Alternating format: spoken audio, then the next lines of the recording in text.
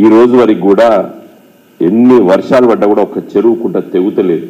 కారణము మిషన్ కాకతీయ కేసీఆర్ గారు తీసుకున్నటువంటి అది గొప్ప నిర్ణయాల్లో కూడా అదొక నిర్ణయం. కాకతీయులు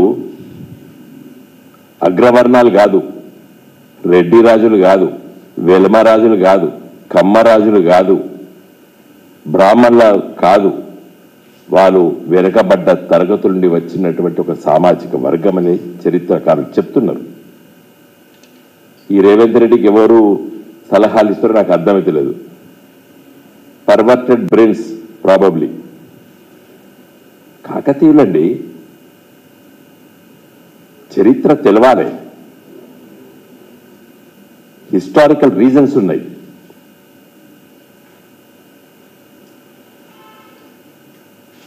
చార్మినార్ నువ్వు అవునన్నా కాదన్నా కులీబ్ కుతుబ్ షా వంశం నైజాం పరిపాలించినటువంటి ప్రాంతం అనేది.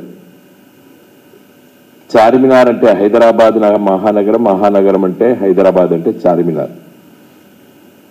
అదొక సినోనిమ్ అయిపోయింది. అంటే చార్మినార్ హైదరాబాద్, హైదరాబాద్ చార్మినార్ అనేది.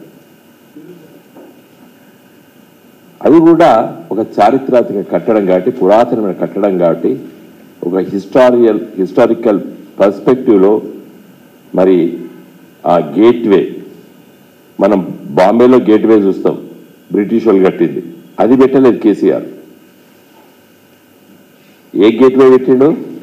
మన పూర్వీకులు 800 సంవత్సరాల క్రితం తెలంగాణ గడ్డపైన పరిపాలించినటువంటి ఒక గొప్ప వంశము, ప్రజా సేవ చేసిన వాళ్ళు. నువ్వు మన చెప్పిన సాకెల ఐలమ్మ గురించి అయితే అంత గొప్ప స్త్రీ అంటే ఎస్, పోరాట యోధురాలు. ఎవరు వ్యతిరేకంగా పోరాటింది ఆ రోజు? పెత్తందారుల వ్యతిరేకంగా, భూస్వాములకు వ్యతిరేకంగా, విష్ణు రామచంద్రారెడ్డికి వ్యతిరేకంగా పోరాటం చేసినట్టు గొప్ప వనిత చాకెల ఐలమ్మ గారు. That is different issue. నువ్వు ఒకదానికోదానికి మింగిల్ చేసి ఏం మాట్లాడుతున్నావు అర్థం కావడం లేదు. నా దృష్టిలో రేవంత్ రెడ్డి గారి పైన ఇన్ఫ్లుయెన్స్ తెలంగాణ చరిత్రను మరిపించడానికి చేసే కుట్రలో భాగంగా మీ పైన అలాంటి ఆలోచనలు సూచనలు చేస్తున్నట్టున్నారు. ఇలా ప్రైడ్ ఆఫ్ తెలంగాణ అంటే తెలంగాణ గడ్డ పైన నుండి దక్షిణ భారతదేశాన్ని పరిపాలించినటువంటి ఒక రాజవంశం ఉన్నది అనే చరిత్రలో మరిపించడానికి చేసే కుట్రలో నీకు బహుశా ఆ సలహా ఇచ్చి ఉండి ఉంటారు. కాబట్టి ప్లీజ్ రిజెక్ట్ ఇట్.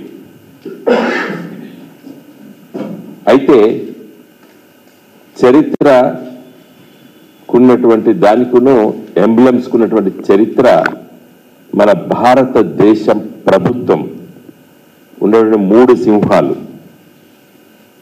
అవి సారనాథ్ స్తూపం, అది అది ఎవరు? అశోక చక్రవర్తి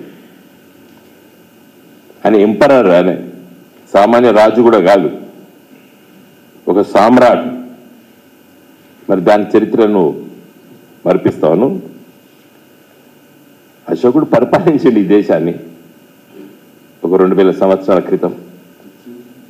అది బీహార్లో సారనాథ్లో దొరికింది. ఏది పురాత వస్తువు, దాన్ని తీసుకున్నాం. ఇలా మన నేషనల్ ఫ్లాగ్ 3 రంగుల జెండాలో ఉన్నది కూడా అశోక చక్రం. సో ఇవన్నీ తీసుకుంటాం. రేపటి తరం, రేపటి తెలంగాణలో పుట్టినటువంటి బిడ్డలు మా రాష్ట్ర సింబల్ చూస్తున్న అర్థం కావాలి, హిస్టారికల్ రీజన్స్ అర్థం కావాలి. నీకు కాకతీయులది త్రికుట ఆలయాలు, 1000 స్తంభాల గుడి కానివ్వండి, కరీంనగర్లో ఉన్నటువంటి కొత్తపల్లిలో ఉన్నటువంటి త్రికుట ఆలయం కానివ్వండి, అక్కడ కరీంనగర్ పక్కకు నగునూరులో ఉన్నటువంటి త్రికుట ఆలయం కానివ్వండి, ఎక్కడ చూసినా కాకతీయులు కట్టింది శివ, బ్రహ్మ, విష్ణు ముగ్గురిని. ఎంత గొప్ప! అప్పుడు ఈ ముస్లిం దండయాత్రలు జరగలేదు, ఇస్లాం రాలేదు. హిందూయిజంలో బట్ట శైవ వర్సెస్ వైష్ణవ ఉన్నటువంటి క్రైసిస్ని ఎంత సులభంగా వాళ్ళు పరిష్కరించారు. ఎంత గొప్ప మేధాశక్తి! త్రికుటాలు వేసినప్పుడు కూడా పోయి చూడు రేవంత్ రెడ్డి గారు.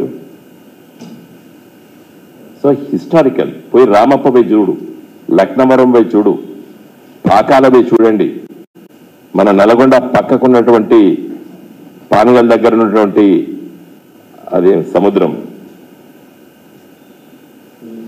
ఉదయ సముద్రం, సింగ సముద్రం వీర్లపల్లి దగ్గర ఉంటుంది. వాళ్ళకి చెరువుల పేర్ల సముద్రాల్లో పెట్టారు. కాబట్టి అంత గొప్పగా నిర్మించారు వాళ్ళు. మళ్ళీ వాళ్ళు ఈనాటి సోకాళ్ళ అగ్రవర్ణాల కులాలకు సంబంధించిన వాళ్ళు కాదు వాళ్ళు. నువ్వు అది కూడా నిన్న మొన్న మాట్లాడినావు.